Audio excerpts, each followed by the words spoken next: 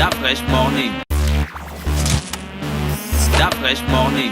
Vous êtes sur les 104.5 Urban FM, la station urbaine, et vous écoutez Luda Fresh Morning, le réveil matinal, le plus de la capitale sur la radio. La plus de la capitale, merci à tous les frangins qui nous envoient des big up au 05 05 10 45, au 05 05 10 45. Alors, Mosley, ce matin, dans Luda Fresh Morning, on parle de politique. Nous parlons de politique et nous revenons sur les élections locales dont on a connu la phase finale hier le 10 février, parce qu'il fallait que les conseillers municipaux, notamment des arrondissements, puissent élire leurs responsables, notamment leur premier responsable, donc les maires d'arrondissement, selon le calendrier qui avait été au préalable fait connaître le ministère de l'Intérieur, qui avait l'élection d'abord des maires centraux des communes et des présidents des conseils départementaux le 3, et le 10 on a sacrifié à l'exercice qui devait amener les conseillers municipaux d'arrondissement à pouvoir élire les maires d'arrondissement. Et dans le cadre de cette activité, le week-end a été plus ou moins intéressant. Différemment de ce qui s'est passé durant l'élection des maires centraux ou encore des présidents des conseils départementaux, on a pu voir une certaine accalmie. On a eu pratiquement à travers tout le pays une situation qui présentait un climat de paix, de la bonne ambiance, l'entente, et tout le monde a respecté la consigne. On peut croire que... Je ne pense pas que c'est dû aux sanctions infligées on peut croire que par le PDG. Le dernier conseil de discipline du Parti démocratique gabonais est passé par là. Ça a permis... Pour intelligence avec l'adversaire. Ça a permis quand même à certains de pouvoir plus ou moins tempérer un tout petit peu leurs ardeurs pour éviter de se voir mis à la porte du Parti démocratique gabonais. Surtout qu'aujourd'hui, quand on parle d'engagement politique, si vous êtes déjà élu conseiller municipal, je sais pas, dans une ville X ou Y du Gabon, s'il faut que vous arriviez encore à perdre ce petit privilège-là qui donne quand même un certain statut au niveau de la société gabonaise, à un moment donné, on réfléchit à deux fois. Et je crois que le cas de la dame qui a été avant d'être un militant indiscipliné.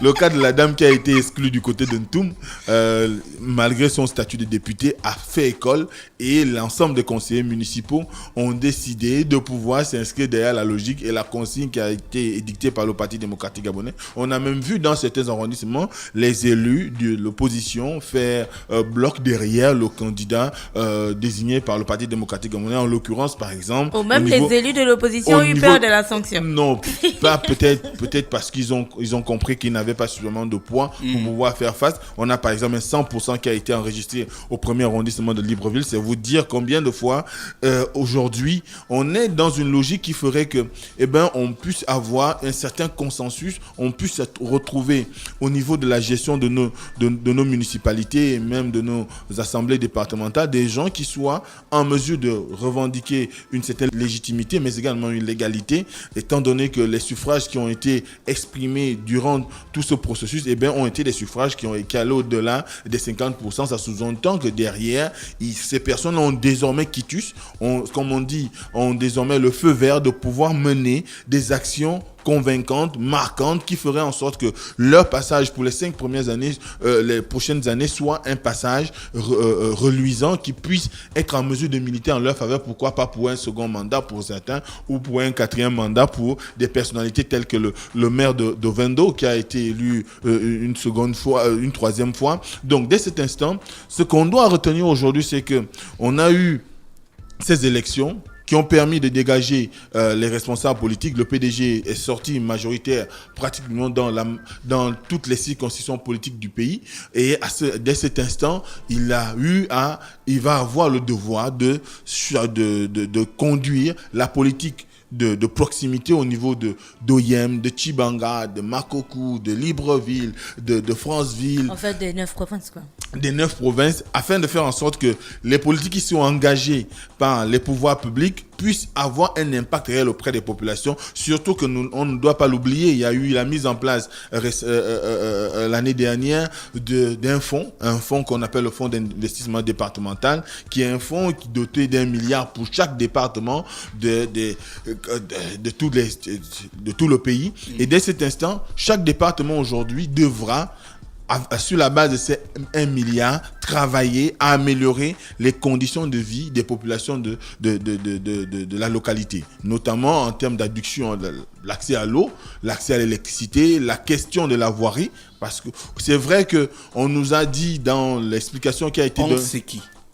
Les responsables politiques, notamment lorsqu'il s'est agi de la présentation ou du lancement de ce fonds d'investissement départemental du côté de Franceville par le chef de l'État, il avait été indiqué qu'il devait servir à faire en sorte qu'on ait des projets qui puissent apporter une plus-value dans la gestion au quotidien des communautés au niveau de notre pays. Donc, dès cet instant, tout ce qui sera mis en place par les nouveaux maires ou les nouveaux présidents d'assemblée départementale doit être inscrit dans la logique de faire en sorte que les populations puissent réellement ressentir le besoin, du moins ressentir les effets induits des projets qui ont été décidés aussi bien au niveau provincial, mais validé au niveau national par les autorités compétentes, notamment au niveau du gouvernement. Dès cet instant, il faudrait qu'aujourd'hui, comme je l'ai dit la dernière fois, que nous ayons des municipalités qui vont briller par une originalité. Moi, j'aime bien lorsqu'on a pu faire des recherches sur, par exemple, M. Grégory Lacouche Alianga, qui est le nouveau maire de la commune d'Akanda.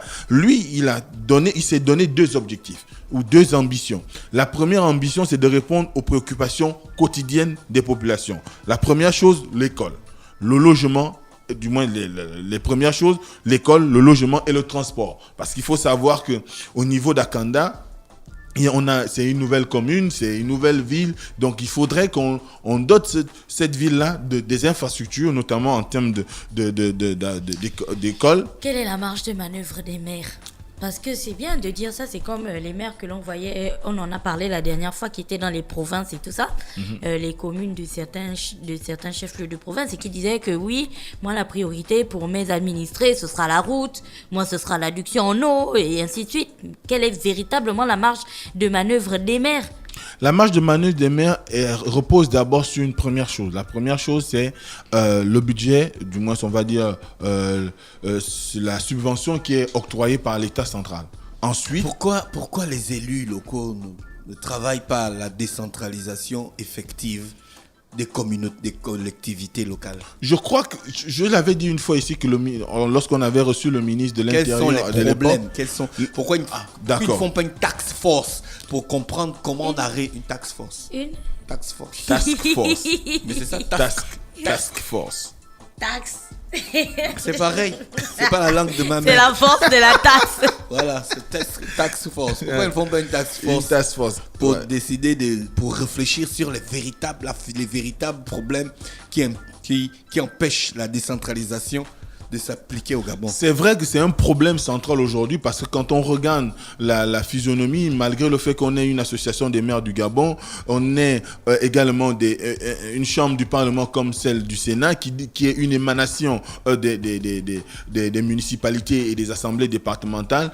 On aurait pu croire que ces deux entités auraient pu servir de point focal pour pouvoir travailler à faire en sorte que on arrive à l'implémentation réelle de la décentralisation, qu'on parvienne à son applicabilité totale ou bien à son application totale sur l'étendue du territoire national. Sauf que ce qui doit certainement manquer aux maires, c'est la possibilité d'avoir un lobby fort. C'est une chose est d'avoir une association, une chose est d'avoir des représentants à la chambre haute du Parlement, mais encore qu'il faut qu'on ait des leaders, des maires qui soient capables de drainer un grand nombre, qui soient capables de montrer l'exemple, qui soient capables d'amener les gens à comprendre qu'aujourd'hui, les municipalités doivent se suppléer à l'État central dans un certain nombre de questions et que cela nécessite à ce qu'ils puissent travailler à faire en sorte que les localités qui sont les leurs, avec l'adhésion de leur population, soient des moteurs pour pouvoir imposer à l'État central un certain nombre de vues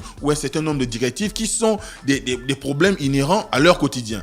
Or, ce qui se passe, c'est que on a aujourd'hui des maires qui font face à certaines difficultés dans les localités, mais ils sont incapables de pouvoir réellement impacté sur le plan national, tout simplement parce que parfois aussi la base, ou quand je veux dire la base, c'est-à-dire les populations de la localité ne se reconnaissent pas sur ces personnes-là, parce que parfois elles brillent par des attitudes pas souvent intéressantes. Il y a des gens, dès qu'ils sont élus maires, malgré le support, le soutien dont ils ont bénéficié de la part des populations, ou encore des instances qui les ont mis là, et bien ces derniers finissent toujours par revêtir un statut ou le costume de l'arrogance, de l'autosuffisance et du zéro travail. Je n'ai pas envie je ne voulais pas emprunter ces mots, moi qui dis, mais évidemment, on constate simplement qu'il y a un détachement, il y a un éloignement qui se crée entre le maire et ses administrés, ou entre le maire et les problèmes du quotidien de ses administrés. Et dès cet instant, vous voyez bien qu'il n'est pas facile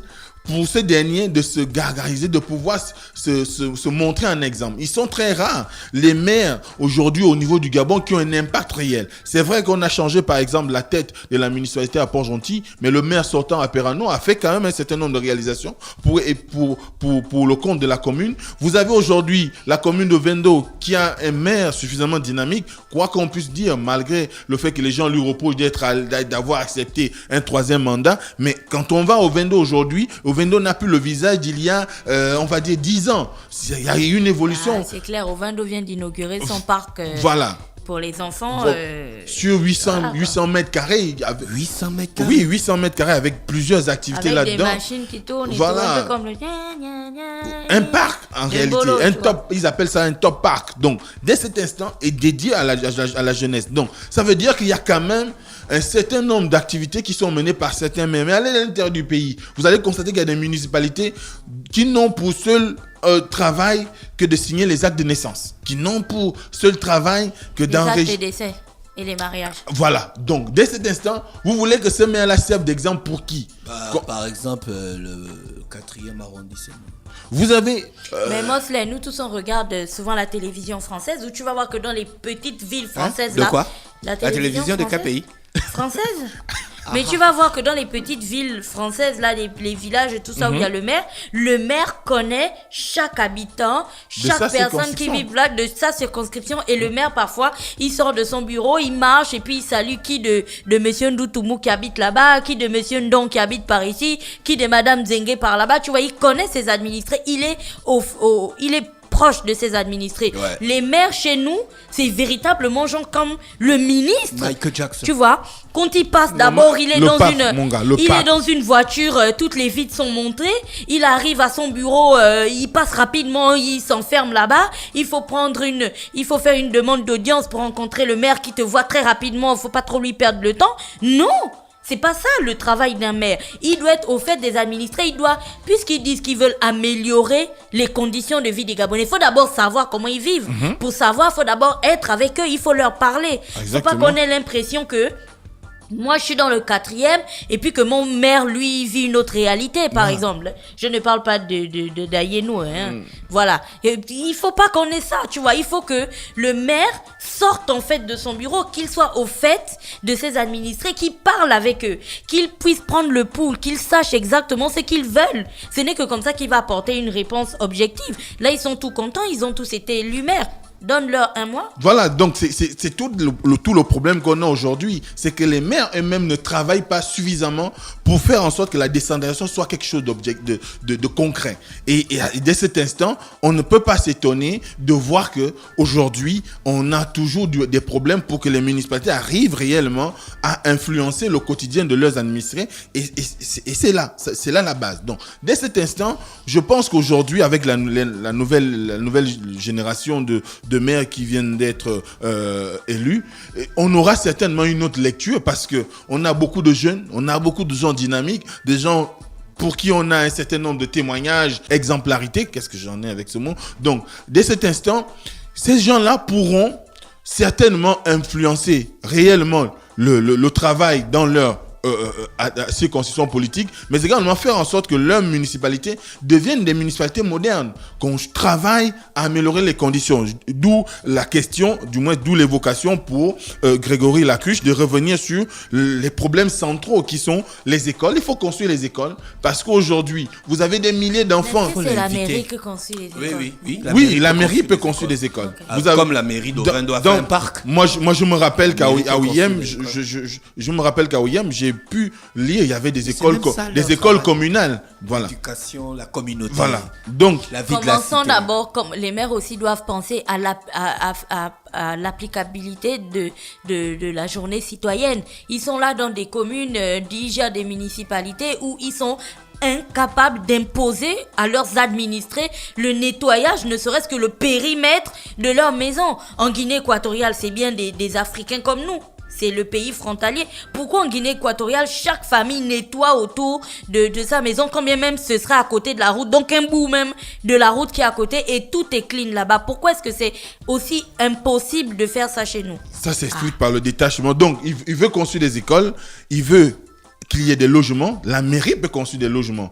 Ensuite, il parle du transport. Le transport, il n'a pas dit qu'il va construire les routes, mais il parle beaucoup plus de mobilité. Comment les gens vont devoir désormais, comment il va travailler pour faire en sorte qu'il y ait une mobilité concrète au niveau de la commune d'Akanda, qui part pratiquement, on va dire, de l'entrée du carrefour Cité des Ailes jusqu'au Cap Extérieur. Donc, toute cette zone-là doit bénéficier d'une certaine mobilité pour pouvoir avoir une action concrète. Ensuite, il évoque deux choses. Pour lui, et la deuxième chose, c'est qu'il doit faire d'Akanda une cité moderne, propre et attractive. Et là, c'est là où ça rejoint un tout petit peu ce que tu viens de dire, notamment en rapport avec la journée citoyenne. Oui, il faut bien qu'aujourd'hui, les municipalités prennent à corps la question de l'insalubrité. Il faudrait qu'on ait des campagnes de sensibilisation sur la propreté, des campagnes de sensibilisation sur la modernisation des mécanismes de collecte des ordures dans les villes. Moi, j'ai par exemple pu remarquer dans la zone qu'on appelle Alibandeng Transfo, on va dire, Aviada n'a pas de bac à ordures proche des habitations dans cette zone. Mais qu'est-ce qu'ils font? Il y a un jeune homme qui a mis en place une entreprise qui permet la collecte. Donc, les municipalités pourraient soutenir ce genre d'initiative pour faire en sorte qu'il y ait de plus en plus de personnes qui s'engagent à aller récolter les ordures ménagères dans les bas-fonds et les ramener vers la voie principale où Aviadat pourrait facilement collecter. Donc, dès cet instant, c'est certainement dans ce sens qu'il va aller. Ensuite, on a aujourd'hui le fait que les municipalités ont besoin aussi d'avoir du personnel. Est-ce que les municipalités dont... oui. Moi, j'ai une question. Est-ce que lorsqu'un maire est élu, il a en quelque sorte ce qu'on appelle la feuille de route? Parce que là, tu es en train de présenter la feuille de route, en gros, du maire central d'Akanda. Donc, Monsieur Lacruche.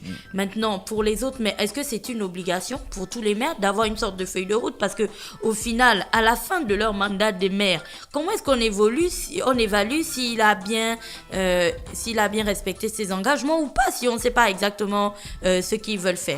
Ce qui pose problème chez nous, c'est que les gens s'engagent parfois dans les élections sans lire les projets. En réalité, quand on participe à une élection locale, on doit offrir quelque chose aux populations. On doit présenter une vision aux populations. Le coca. Non, pas le coca. C'est quoi? C'est-à-dire qu'on doit leur dire, moi, maire, voilà ce que je ferai, voilà quelles sont mes priorités. Shadim Okarimi va construire les routes. On a envie de dire que il doit avoir... C'est ce qu'il veut faire. Comment? Shadim Moukari, il veut faire quoi? Certainement, mais il n'a pas encore fait les déclarations. J'espère qu'on aura l'occasion de le recevoir sous peu. Donc, il a fait une déclaration. Il a fait une déclaration sur de sa page remerciement. Facebook quand il dit non avant qu'il ne soit élu maire. Quand il disait que... il revenait sur les attaques. À la fin, il disait que s'il est maire, voici ce qu'il fera et ainsi de suite. Oui, mais il va construire les routes, mais ça c'était dans le cadre de Facebook. Mais il faudrait qu'il y ait une communication officielle après avoir revêti les habits des maires pour que les gens sachent exactement ce qu'ils comptent faire. Dès cet instant, on se rend bien compte qu'aujourd'hui, on a besoin de doter aussi nos municipalités d'agents, de main-d'œuvre.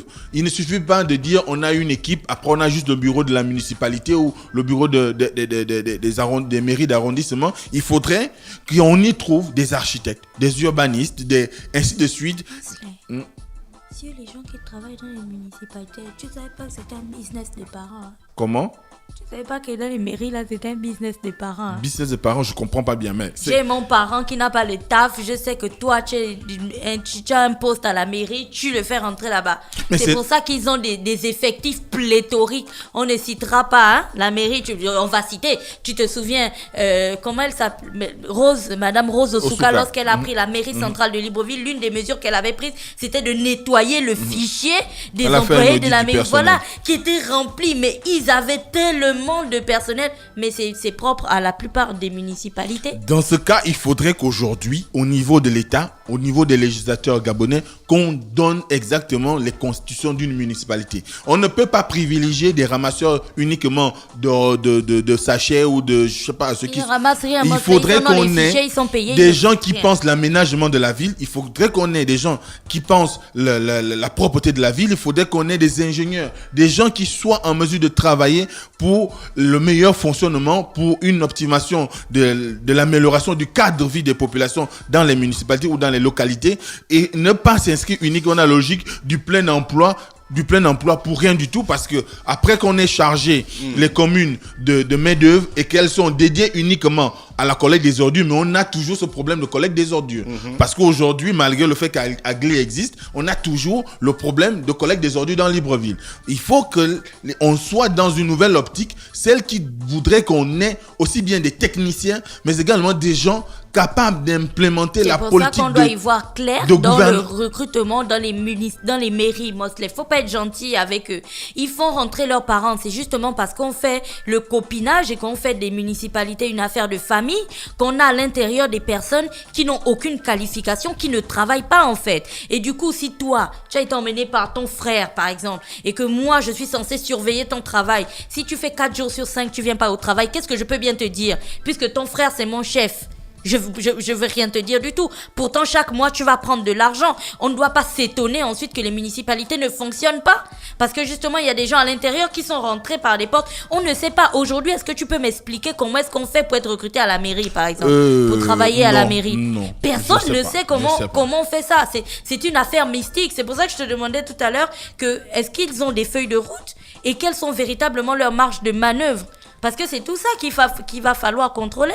Il va falloir contrôler cela, mais je pense aussi que les populations elles-mêmes aussi ont le devoir aujourd'hui de faire le contrôle de l'action de leurs élus. Vous ne pouvez pas avoir un maire, vous vivez dans des endroits où les moustiques, les cafards, les rats passent le temps à vous rejoindre dans vos salons et vous êtes là, vous ne dites rien. Il faudrait bien que vous vous adressiez également à ces élus-là pour qu'ils puissent travailler pour votre bien-être, parce qu'il y va du bien-être des populations. On n'est pas maire pour sa maison, on n'est pas maire pour le bureau, on n'est pas maire pour la voiture de service ou encore parce qu'on a des gardes du corps, on est maire pour satisfaire les besoins au quotidien des populations. On est maire pour embellir la ville. On est maire pour faire en sorte que votre ville soit attractive, parce que ce n'est qu'à cette seule condition qu'on peut bénéficier d'un rayonnement aussi bien sur le plan national qu'à l'international. Il faut poser des actes qui permettent à ce que les gens puissent témoigner de l'efficacité de votre engagement. Oui, c'est bien d'avoir des maires aujourd'hui qui simplifient la question de la légalisation des documents tels que les actes de naissance, comme ce fut le cas au 3e arrondissement, mais c'est surtout bien que le 3e arrondissement ait un visage plus reluisant, plus moderne, qu'il soit... Oui. Qu'on ne construise pas, par exemple, des immeubles à peine à quelques centimètres de la chaussée. Très bien. On pourrait déjà commencer par ça. Donc, doter la ville, penser comment faire en sorte que la ville... Non, là, je suis vénère, là.